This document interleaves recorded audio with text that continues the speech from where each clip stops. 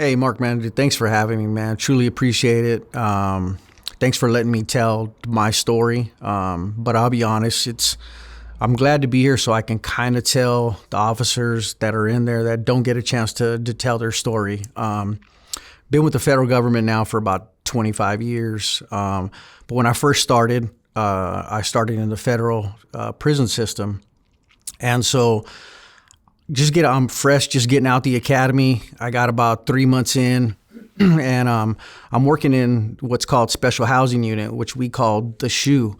And what it is I try to picture kind of like a timeout box. And it's inmates that get in trouble for carrying drugs, knives, maybe they assaulted staff, maybe there's a homicide. And so we send them to the SHU, and they basically sit there and they're in there locked down 24 hours a day. And they're in there for 30 days, 100 days, sometimes even up to a year. So if they're not programming and trying to get back out in the yard, then we'll ship them out to another prison.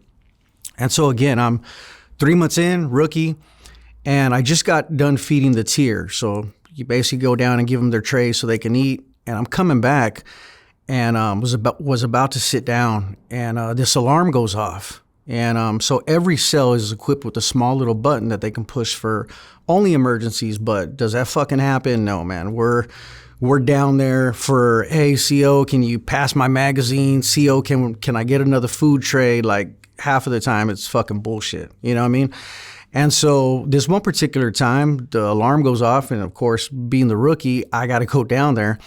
So I start going down there, right? And the next thing you know, I start hearing kind of like a little thumping noise, somebody kind of grunting, and then I start hearing somebody screaming for help. And so I know something's going on, you know what I mean? So I shoot down there, and man, it's kind of tough. I kind of look to the left, and I see this convict, man. He's got about a 6-inch blade.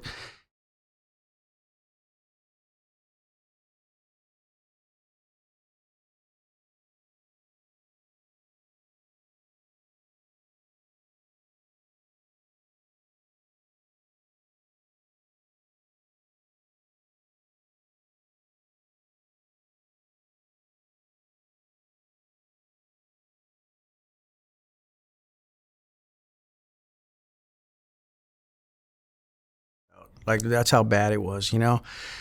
And so I'm yelling at him to stop, and he finally turns and looks at me, and he drops the knife, and I'm like, man, it's finally over, you know? Well, he decides he's gonna get on the bottom bunk, and he's jumping off the bottom bunk, and he jumps probably around 3 or 4 times. And he basically cracks this guy's head open, man. It was, you know, again, man, it's just tough to talk about. But he cracks his head open, and you see the brain matter. The cell is, covered with blood. And so I'd already hit my alarm. Staff end up getting there. And my lieutenant's like, hey, let's go to pop the door open, you know. And what's interesting is it being my first murder and like something just horrific. You know, growing up, you don't see stuff like that, you know. And it's like I lost all my motor skills, you know. Adrenaline's pumping. My endorphins are going crazy. And so I finally get the key out, and it's literally just the key. You put in the keyhole, you turn it, doors open, and my hand just starts to shake. And I'm like it was so weird, you know, like I lost my hand and eye coordination, you know. And finally I get it in there, turn it, seemed like an eternity. It was probably 10 seconds, but, you know, and you just look inside that cell and just see a massacre, you know, and it kind of just brings you to how can another human do that to another human, you know? And at that point I knew, like, what did I get myself into? You know what I mean? Is this the way it's going to continue to be, you know?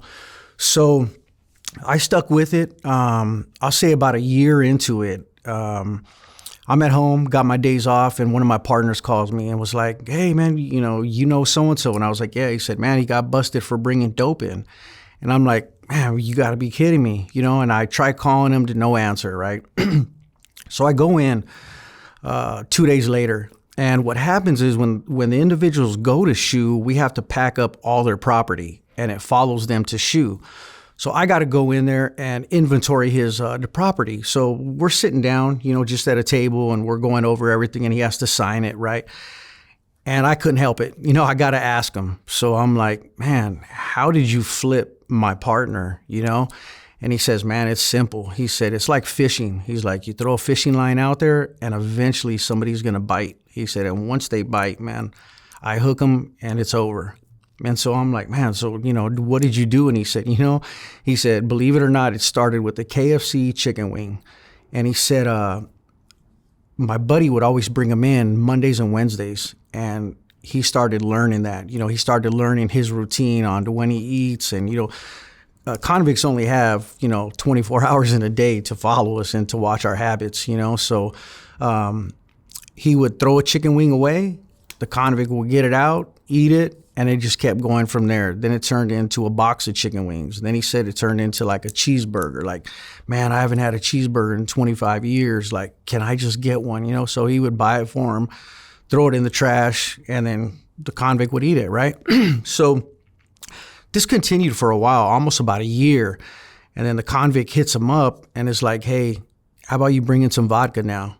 Dump your water bottle out and just put some vodka in it, because vodka looks just like water, right? So he ends up doing it for about 3 or 4 times. And then, of course, the day comes where, hey, you're going to meet my sister down at the liquor store off such and such street, and you're going to bring in these 2 jars of peanut butter. And he's like, man, I'm not doing that, whatever. And he's like, look, I know you live off this street. I know you live with your mom. He's like, I'll whack all 3 of you. And it was interesting because knowing that, yeah, if that was me, I'm probably scared too. Like, wow. And so I'd like to thank Raycon Earbuds for sponsoring today's video. I recently tried Raycon's everyday earbuds and thought, wait, these are the same quality as the ones I've been using all along, and these are half the price? It just seemed amazing. Raycon has sold 3 million of their previous earbuds, and they just came out with an upgraded version of their everyday earbuds. Raycon earbuds are super easy to pair. You pair them once, and they'll auto-pair for life. You can walk up to 33 feet away from your phone, and the sound quality is still perfect. They now come with an ergonomic design, with optimized gel tips for a cozy custom fit, multi-point connectivity that lets you pair 2 devices at once, and active noise cancellation. Raycon everyday earbuds are Siri and Alexa compatible. You can control them with the touch, easily switch tracks, take a call, or turn up the volume with the touch.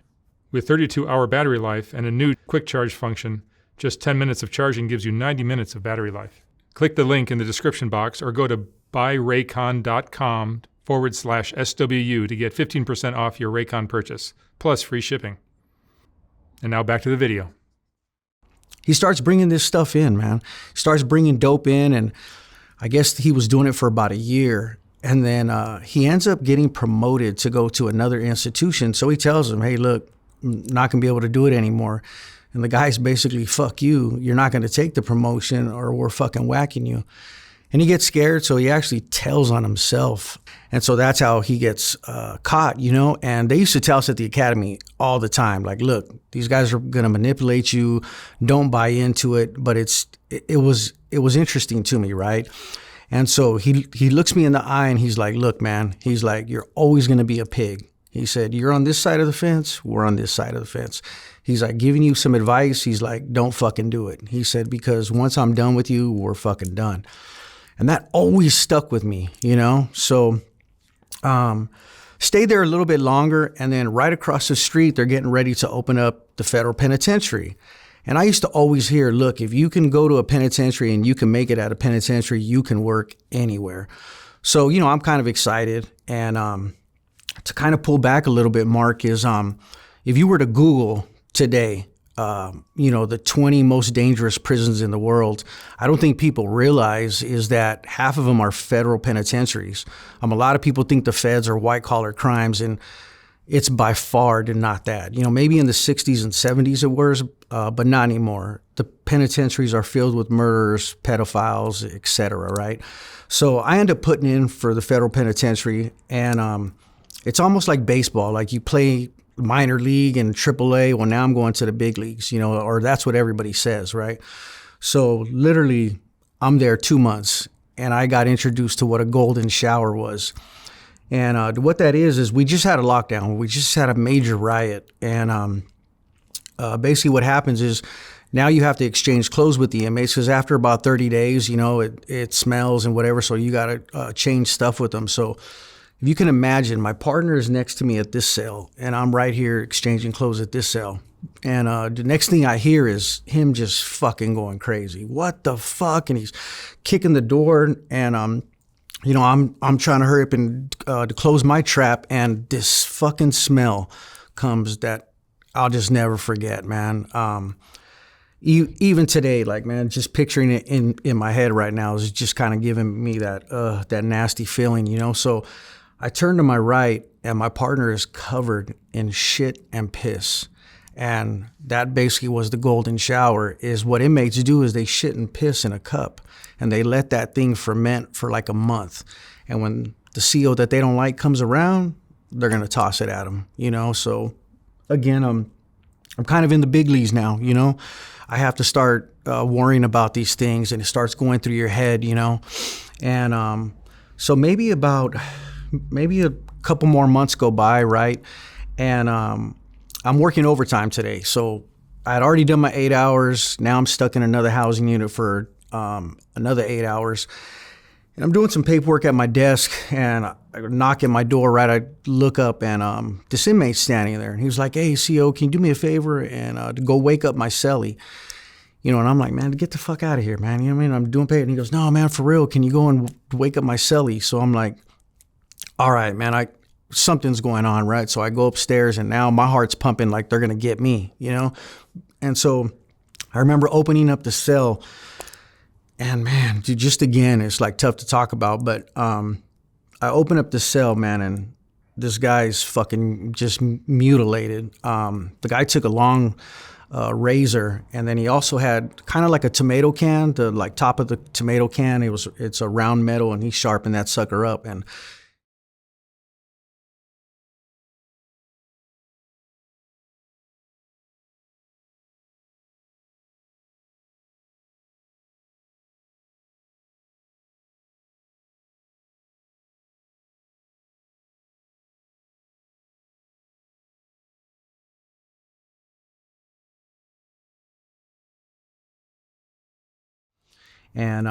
he was an Indian fella, and I don't know for sure, but I know every Indian tribe has like, when they die, they're going to go to like a different world or, you know, a different spirit, whatever. So what they do is somebody that messes up and they got to whack them or kill them, they put pencils in their eyes so they can't go to the other world, so they can't see. And so, you know, again, it's just going to be with me forever. One of those things that I'll just never get out of my head, you know? And so, just time's going on, right? Another year goes by, and we've got many murders and killings. It was almost like on a regular basis, you know? And so, another one is one of my gang lieutenants, like, "Hey, you know, to go down and pick up so-and-so. He's one of a head guy." And so I go out in the yard, and I see him. He's with two other buddies. And as I'm walking towards him, he sees me, and we kind of make that eye contact. And he had something in his hand, and I kind of see him swallow it, right? But I couldn't tell you at the time to what it was, right? So I grab him. "Hey, so-and-so wants to talk to you," right? So we pull him in our lieutenant's office. And next thing you know, he almost like starts convulsing, right? Like he's shaking, you know, almost like he's having a seizure. So we're like, "Man, we need to get this guy to medical." So we take him over to medical, and it's me, a lieutenant of mine, and my captain, and the cell's right behind us. So he's like in a little holding tank until we figure out what's going on. So medical's coming to check him out. And next thing I hear is like a full-on rhino trying to come out that door. So we turn and look, and he's running full speed at us and banging his head against the cell door to try to get out. So we're just like, "Man, what the fuck," you know? And so we're talking to him, "Hey, you know, so-and-so, chill out, and what's going on, you know?" And next thing you know, man, I remember this sound. I just start hearing, "Ar, ar, ar," and I'm just like, you know, what is he doing? You know, and we're all looking at each other because we're just so like at awe onto what's going on. And he starts chewing his tongue off. So he starts eating his tongue, and he's spitting his tongue at us. He ended up chewing off half his tongue. But believe it or not, what happened was when he swallowed black tar heroin. So it exploded in his stomach, and that's what got him to start acting crazy. And we take him to an outside medical hospital, and believe it or not, man, the guy survived. He's back at the joint 8 months later. So again, it's just one of those things that keeps making me think. So then as time went on, you just continue to see things and murders and suicides a lot. And so I remember another time where it's a Sunday morning, and I go to the chow hall. So I get in about 6 o'clock, and it's me and one of my lieutenants, and we're just sitting there, right? And I remember just I was so tired. He's talking to me, and I'm in a daze, right? Like, I'm just so tired. I just got in about 5 minutes ago, and we're running chow. Well, chow's kind of slow on the weekends just because convicts are sleeping or whatever. So this table's over to my right. It's got about 5 inmates, and they're eating. And apparently, I guess I was looking in his direction, but I was just so tired, I didn't even know it. And I start hearing this guy cussing, like, what the fuck? And so I look over, and he's looking at me, and I'm like, I don't know, I'm kind of like, man, like, just go back to what you're doing, right? So my partner and I are still talking. I'm kind of looking, and then I remember looking back that way, and now he gets up, and he's coming towards me. He puts his tray away. He comes up toward me like, man, I'll fuck you up and whatever. And I'm just like, man, I literally just got here, And so we end up going back to the lieutenant's office, and my partner comes, and of course the other inmates are coming to see what's going on. And as we turn the corner, man, I just remember getting socked, man, just right on top of the head. And when they tell you see black, I literally saw black. Like, he hit me, we start fighting. And the kind of reason, just talking about that is, it's so crazy how I literally just got to work at 6 o'clock, and by 6:30, I'm fighting. And we cuff him up, take him to SHU, but I still got to work the rest of my shift, So it's just interesting to kind of think about that, Another one where, man, this one truly hits home, just because it's words that you never want to hear over the radio. So my lieutenant and I are sitting there, and there's a big window where we could see the whole yard and everybody out there. And guys are coming out of SHU, the ones that have programmed and done their time. And there's this inmate that I remember seeing him, and I'm coming by, and I'm like, man, LT, why is he getting out? And he looks, same thing, like, he had been down there for about a year and a half, and he was a problem child, And so we see him, and I remember my lieutenant looking at his watch and saying, hey, we got 22 minutes until we go home. And I'm like, great, hopefully we can get out of here. And we're kind of joking about it. So he goes to the unit. Literally 5 minutes later, there's a body alarm in the unit that he just went to. And again, it's like words that you never want to hear. But over the radio, they're saying staff needs assistance. So we know it's serious, And then we start hearing this female over the radio. She starts screaming, yelling, and she's screaming for help. And again, it's just, it's tough, As a correctional officer, you want to take care of your staff, and you want to be there for your staff, and that's the worst thing that you want to happen, So my lieutenant and I are hustling over there. We're the first ones through the door, and I just remember this inmate standing over her, and he's got the microwave in his hand, and he's literally just smashing her face with it. He stomps her a couple times. We end up, taking care of the situation, whatever. And a little bit later, she comes in the lieutenant's office, and her face is just destroyed.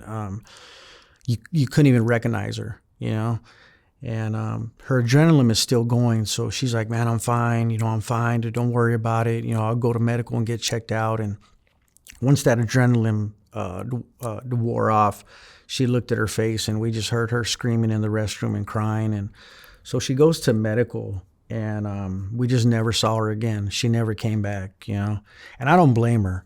Being inside there is tough. I think the outside world doesn't understand what truly goes on inside there. I really got to tip my hat to the COs that are in there every day, because the job they do, we'll just never understand. How many years did you do it? I did it there for almost 11 years, and I did about 8 years at that penitentiary. Which one was that? Out in Victorville. They actually call it Victorville, just because there's so many murders there. You gave me a tour there a couple weeks ago. Right. Yeah. And they were on lockdown because there was a murder, I think, that morning. Yeah, correct. And and somebody said there's a murder there every week. Yeah, it's unfortunate, but you got to look at it like it's a penitentiary. So you have nothing but murders and killers, and you got guys in there for life. So they got to become that savage, right, every day, Mark. And it's interesting that you kind of brought that up, because for me, I was fortunate to get out and do another federal job, but you have to almost become them. You also have to turn into a savage or turn into an animal to just like them. So I can remember driving into work and just telling myself, okay, like, it's time to go to work. It's time to put on that game face. It's time to turn into an animal. And I continued to do that, for years and years. And you don't realize, you just had a murder, and 20 minutes later you're driving home, and that's tough to do. How do you turn that off now? How do I interact with people on the outside, but I could start to see myself, I'm demanding respect. Mark, if you and I met somewhere and you kind of bumped into me, I know I would have snapped, just because of I was so, engaged in being that person inside there. And again, I just didn't see it, and God, just thinking about another story that comes to mind is this Caucasian inmate. They end up putting a hit out on him, and these 4 guys going to a cell, and same thing. They ended up getting some razor blades and getting the top of a can and sharpening it up, and they stabbed him to death. They said they stabbed him over, I think, like 64 times, because they were trying to make a statement. And my partner and I are the first ones in there, and this guy's head is literally hanging on like by a string. They literally cut him from the back all the way to the front because they wanted to make a statement.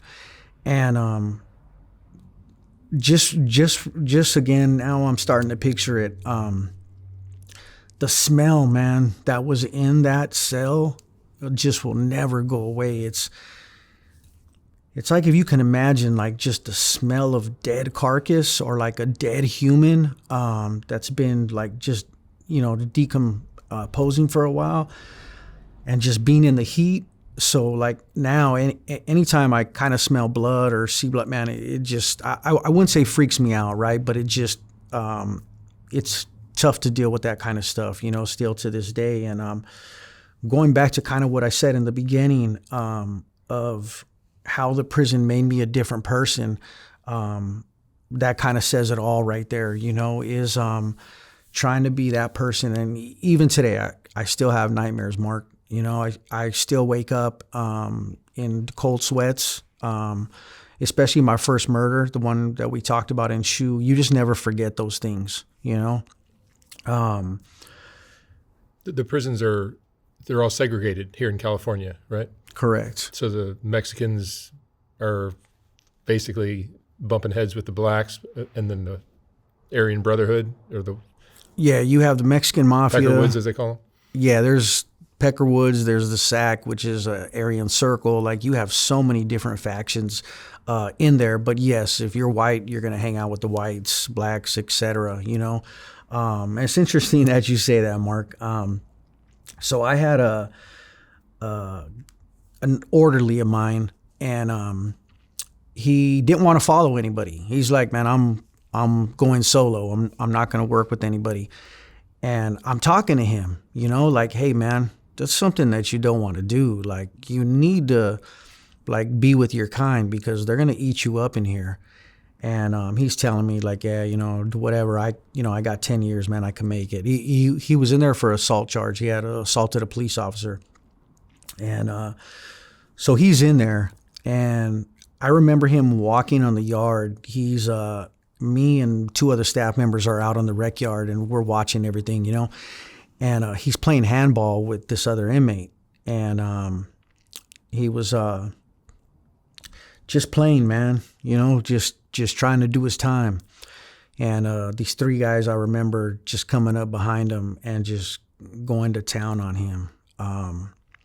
You know, when I tell you, you know, Mark, that, you know, they're putting it down, you know, there's, you know, trying to explain it to, like, the listeners or people watching this is, like, kind of imagine, you know, Mark, it's like you and I.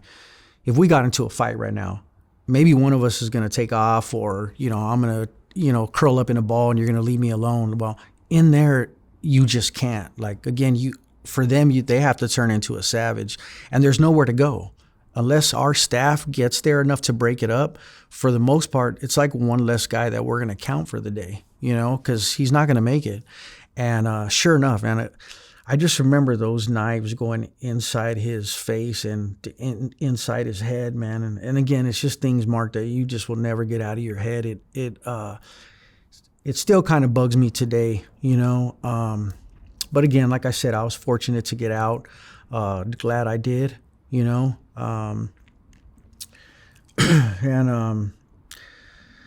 Yeah, it's tough, man. It's just like a vicious cycle in there. What are the percentages of blacks to Mexicans to whites to other races in there? So typically most penitentiaries, the Hispanics pretty much run the institutions. Now, don't get me wrong, you know, the blacks have their own TVs and whites or whatever, but Hispanics typically run that in there. And I'm sure you've heard, but like the Mexican Mafia runs every Hispanic gang. So like, if Mark, let's say you're from a gang called 18th Street and I'm from, you know, the West Side, even if you and I have shot at each other and fight, when you go inside prison, you're together now. You and I actually might be cellies, you know, and we got to get along. And those are like the Mexican Mafia rules, you know. Speaking of the Mexican Mafia, I'm down in shoe again at the penitentiary. And these guys go out to the rec yard. So they're locked down 24 hours a day, but we can give them rec time, you know. So we put them all out there. There's about 6 of them in this rec cage. And we're all talking, you know, just shooting the shit, man. You know, how was your weekend? And we're talking about football, whatever. Well, I'm talking to this inmate. So the cage, imagine this cage in front of us, and I'm talking to him. And the other guys are behind him, just, you know, playing ball, just walking around, doing some exercise. And they kind of set that up, you know. Once I started talking to him, I just remember looking over, and this one guy squats down, pulls his pants down, and he puts his hand just right up his ass, man, and pulls the knife out. Another one had razor blades in his mouth, and they literally just come running towards me, you know, and they just get the guy, man, and they start.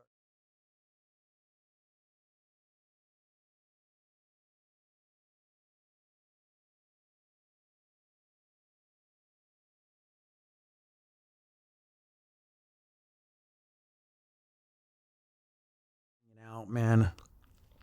Again, Mark, man, it's just I don't mean it's tough to talk about, but it's something that's real reality in those walls that we don't get to see on the outside. And you're married, correct?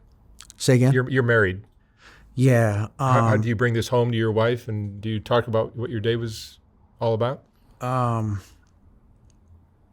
I've seen tons of suicides, Mark, tons of divorces.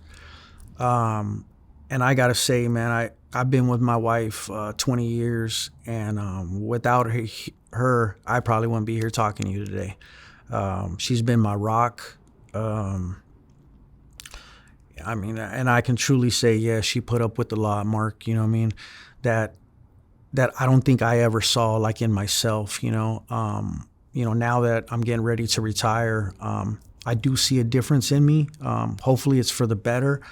But yeah, it's hard to talk about, you know what I mean? And again, I give her all the respect in the world, she probably should have left me a long time ago, you know what I mean? Just because you have that animal now at home too, like I was saying, it's tough to turn that off, man,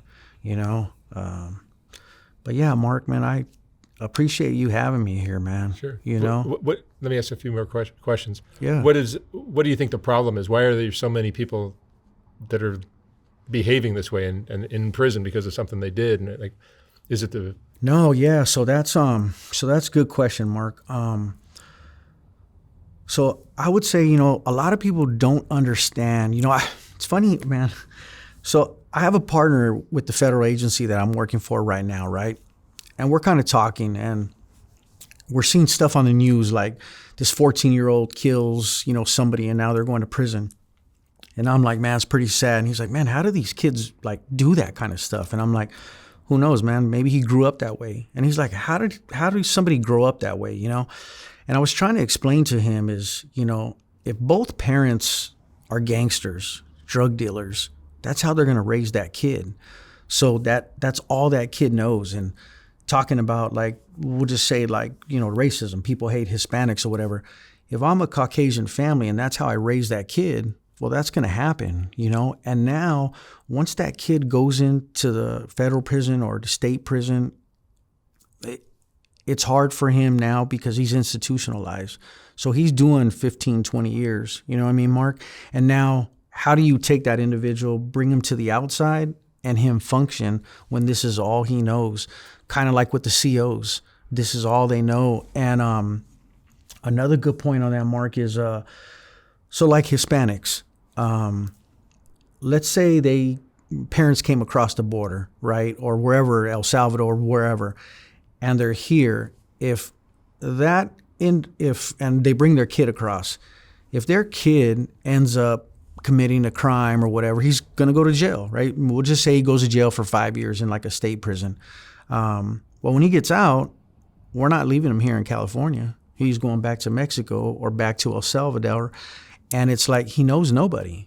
So he's got to come back across, So, and then just the life of being in prison, those guys just don't have the opportunities in there, I would say it's something that you just can't reform, you know what I mean? Like, you can't really teach them how to get out on the outside and become a normal citizen. You know what I mean? It's going to be up to them, and which is tough. Mark, look at you and I. Would you hire somebody that was in there for murder, for 15 years, and he committed, let's say, 10 murders, and now he wants to work for you? You know what I mean? So I do see the struggle that those guys go through, you know what I mean? Because I've met a lot of them in there, and if you listen to their story, you would be surprised at how they got caught up in the gang business and now they can't get out, Man, just bringing me to a story. So one of my orderlies, he worked for me for about 5 years. You say an orderly. What is an orderly? So the orderly is like somebody that, let's say, cleans up your office. He basically works for you. So you're like, hey, can you sweep up the corridor, or can you, mop this area? So they're called orderlies. And I remember him, man. He, like I said, I knew him for 5 years. He's getting ready to get out, Mark. So he's got like a week left to get out. And I'm like, hey, man, good luck. Do you got something lined up, man? I even wish I could have helped him out a little bit, And he says, nah, man. He said, I'll be back in here. And I'm like, what do you mean, man? Like, why would you want to come back here? And he said, I have no choice. He said, I already got orders to put it. He was a prisoner. Yeah. But he was also helping you. Well, he was my orderly. So he swept up, and cleaned. But he's basically a prisoner. Oh, yeah, for sure. Yeah. And so when he gets out, he's still thinking he's going to end up back in? Well, the crazy thing, Mark, is he was getting out in a week. And he tells me, man, I'm going to come right back in. Like, you're going to see me, And I just couldn't believe it because he tells me he has orders to kill somebody. So he does the hit, and I see him about, I don't know, maybe about a year later, he's back in prison. He ended up doing what he had to do, you know. And so you ask those questions about how they get institutionalized and keep coming back. Like, you know, they know nothing else, you know, is to kind of do that, you know. Are there any corrections that actually happen? Corrections? Yeah, I mean, like you call it a correctional facility. Does anybody ever really reform? If I had to put like a number on it, I'd say 1%. You know, I do know a few that have gotten out and have done well, but it's pretty rare. You know, it takes a really strong individual to kind of forget that life, you know, and come out and be somebody else. And kind of before I had to let you go, Mark, I don't know if you remember this, but there was this Caucasian guy, a young kid. He was like, I want to say like 18 years old, 19. And this was years ago. I'm going to say maybe 15, 20 years ago. I don't remember if you remember this story, but he rapes this little black girl at State Line. And sure enough, he comes to the penitentiary. Well, he's boasting, right? He comes into SHU first, and he comes in boasting, like, I raped this little black girl, and, you know, I'm going to become an Aryan Brotherhood, and, you know, I'm going to move up the ranks because of what I did. The interesting thing about that is when the Aryan Brotherhood found out he was there, they basically fed him to the blacks so they could wipe him out. And what they did was they got him into one of our rec areas where they play pool. And I ended up getting in there, but I didn't see the initial attack. But they basically broke the sticks off, and they just went to town on him. When I got in there, he had about 4 cue sticks just sticking out of him. So they smashed him. And why they did that is because, they didn't agree with that. You know, but the blacks attacked him, or the Aryans? Yeah, the blacks attacked him. They actually let the blacks attack him. The whites actually got him in there, and then they walked out. Blacks came in and did what they did. You know, just because he ended up raping a little black girl, and you know that's against probably everybody's code in there. Pedophiles get treated very differently, don't they? Pedophiles stick around maybe about a month until they find out what they did, and a lot of the murders are based on those pedophiles. You know, I've seen so many pedophiles just get destroyed in there. Does the prison try to put them in some place to protect them from that? No. So what happens with that is, if like this guy's a known pedophile, before anybody comes into the institution, we always do an interview with them. We kind of take pictures of their tattoos. We ask them to what gang they're from. Because, you know, there are some times where we get guys from the East Coast that can't function with the guys on the West Coast. So it's going to be a major riot. So we don't even let them out on the yard. We'll put them in SHU for a while, and then we'll ship them out somewhere else.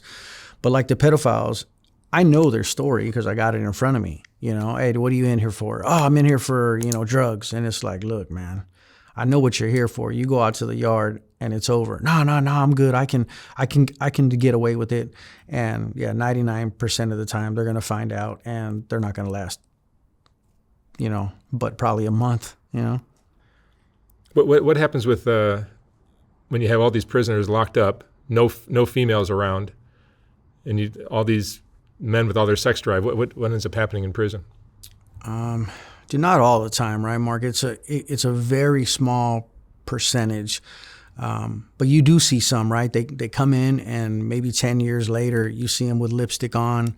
You see them, their shirts now are rolled up. They got them tied these little booty shorts, and you're just like, what happened? And then you get the predators that own them, and they'll sell them in there.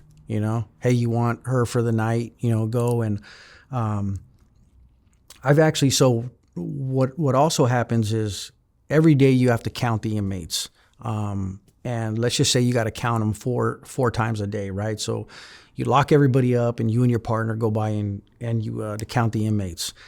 And probably my first year, I'm going down counting, right? And you have to look in the cell, and you have to physically see somebody, So you're going by, and they'll do it on purpose just to see what you do. You'll go by and you'll see fucking two hard dicks, and they're both jacking off in front of you just to see the reaction that you give them, you know?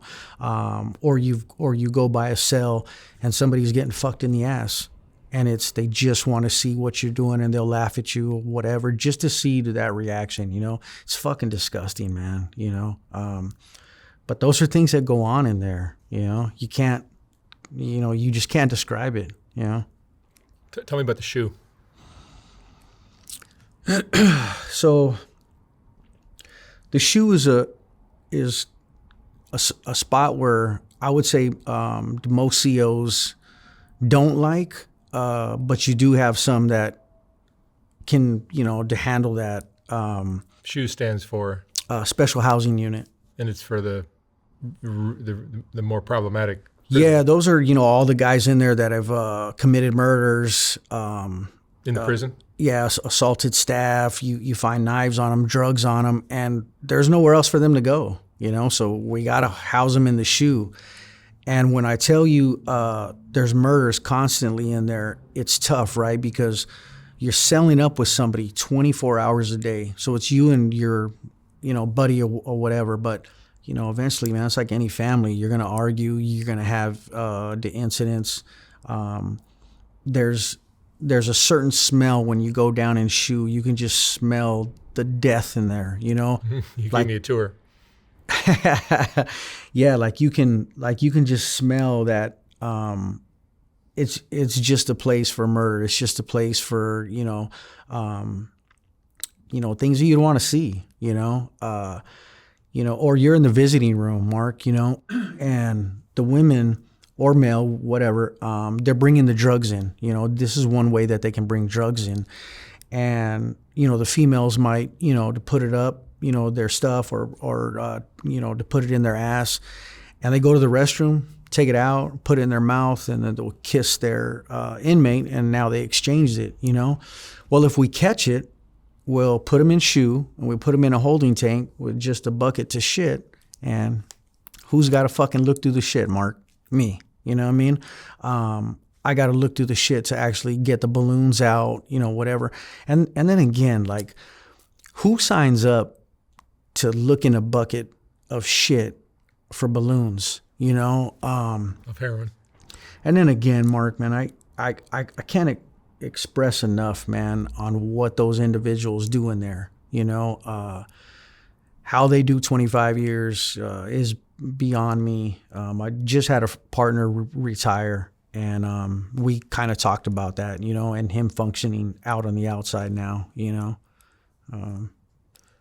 But yeah, Mark, again, man. Tell me about the weapons that they'll build or make out of things like, so you mentioned cans. And so when it comes to weapons, think of it like this. They're so skilled at what they do, they can pretty much make a weapon out of anything. You know, plastic. Man, I've seen, you know, the paper mache stuff make their own batons. They can take any metal piece and break it off eventually. And then, you know, again, they kind of know your habits. So like for me, if I'm walking in a housing unit, they already know what time I eat. Oh, CO eats at 10 o'clock. So that's when we can start sharpening our knife. And what they do is they're called lookouts. So if somebody's upstairs, they have somebody that just stands there and he's looking out for me. So when I start coming up the steps, he gives a notice, he kicks the door, whatever it is, well, they stop what they're doing, you know. But they'll take any piece of metal, Mark, and it's going to turn into a shank, is what we call it. Razor blades, we give them razor blades to shave, and, you know, you try to account for them, but, I mean, it's not going to happen, you know what I mean? And the crazy thing, man, is they can hide it anywhere. Like, I've seen, you know, the soap containers, you know, they pop the soap and the razor blades in there and they glue it back together, and it looks just like soap. Like, there's just no way of knowing. Again, just so many ways to hide it in there. And again, Mark, they make it out of anything, kind of like what we talked about earlier.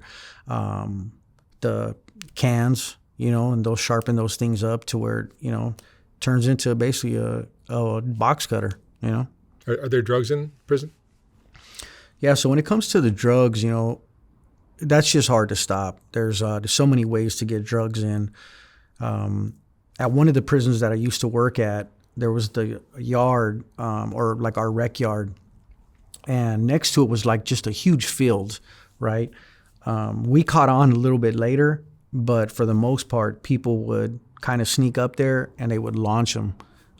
Just on the rec yard, they would launch softballs and they would have somebody's name on it, and they just crack it open and there was tons of heroin inside, because the inmates get a chance to play softball and all kinds of other the recreational stuff there, so they would launch it in there, and that's how they started getting it in until we started finding out about it. Now with the drones, they're able to fly the drone over, drop it on the yard, have somebody's name on it, and convicts end up getting it like that. We talked earlier about the staff members bringing it in, and I don't mean this in a bad way, but the weaker COs get caught up, kind of like I talked about how you have to turn into an animal to when you go in there.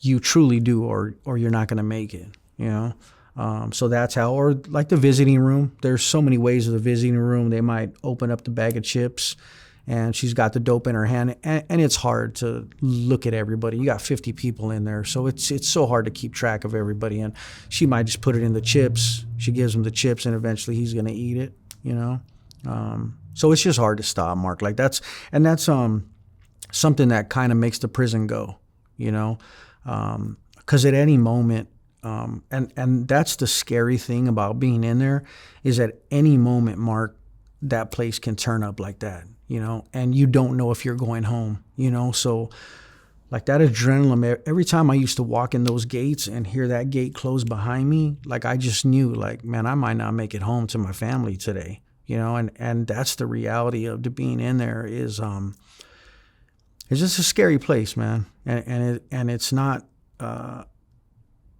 for people, man. And I hope some of your listeners that hear this, man, I who knows, maybe it might change somebody on to how they think about doing something else. Because again, you go into a federal penitentiary and it's a war zone in there,